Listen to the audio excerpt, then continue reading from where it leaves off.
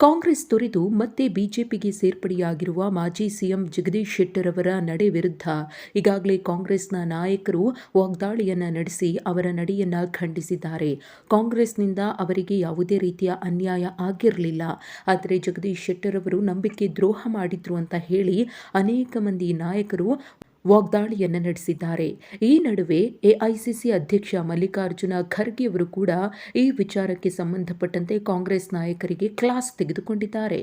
KPCC ಕಚೇರಿಯಲ್ಲಿ ಗಣರಾಜ್ಯೋತ್ಸವದ ಅಂಗವಾಗಿ ಧ್ವಜಾರೋಹಣವನ್ನು ನೆರವೇರಿಸಿ ಮಾತನಾಡಿದ ಮಲ್ಲಿಕಾರ್ಜುನ ಖರ್ಗೆ ಅವರು, ಪಕ್ಷಕ್ಕೆ ಯಾರನ್ನೇ ಕರೆತರುವಾಗ ಅವರ ಪೂರ್ವಾಪರ ವಿಚಾರಿಸಿ ಅವರು ನಮ್ಮ ಪಕ್ಷಕ್ಕೆ ಯೋಗ್ಯರೇ ಎಂಬುದನ್ನು ಯೋಚಿಸಿ ಕರೆತರಬೇಕು ಅಂತ ಹೇಳಿ ಮುಖಂಡರು ಮತ್ತು ಕಾರ್ಯಕರ್ತರಿಗೆ ಕರೆ ಕೊಟ್ಟಿದ್ದಾರೆ.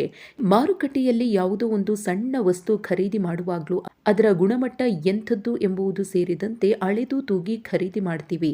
ಅದೇ ರೀತಿ ಪಕ್ಷಕ್ಕೆ ಯಾರನ್ನಾದರೂ ಕರೆತರುವಾಗ ಅವರ ಹಿನ್ನೆಲೆ, ನಂಬಿರುವ ಸಿದ್ಧಾಂತಗಳನ್ನು ನೋಡಿಕೊಂಡು ಕರೆತರಬೇಕು ಅಂತ ಹೇಳಿದ್ರು. ಸುಮ್ಮನೆ ಹಾಗೆ ಬಂದ್ರು ಹೀಗೆ ಹೋದ್ರು ಅಂತ ಆಗಬಾರದು ಅಂತ ಹೇಳಿ ಜಗದೀಶ್ ಶೆಟ್ಟರ್ ಅವರ ಹೆಸರನ್ನ ಎತ್ತದೆ ತೀಕ್ಷ್ಣವಾಗಿ ಮಲ್ಲಿಕಾರ್ಜುನ ಖರ್ಗೆ ಅವರು ಎಚ್ಚರಿಕೆಯನ್ನ ನೀಡಿದ್ದಾರೆ.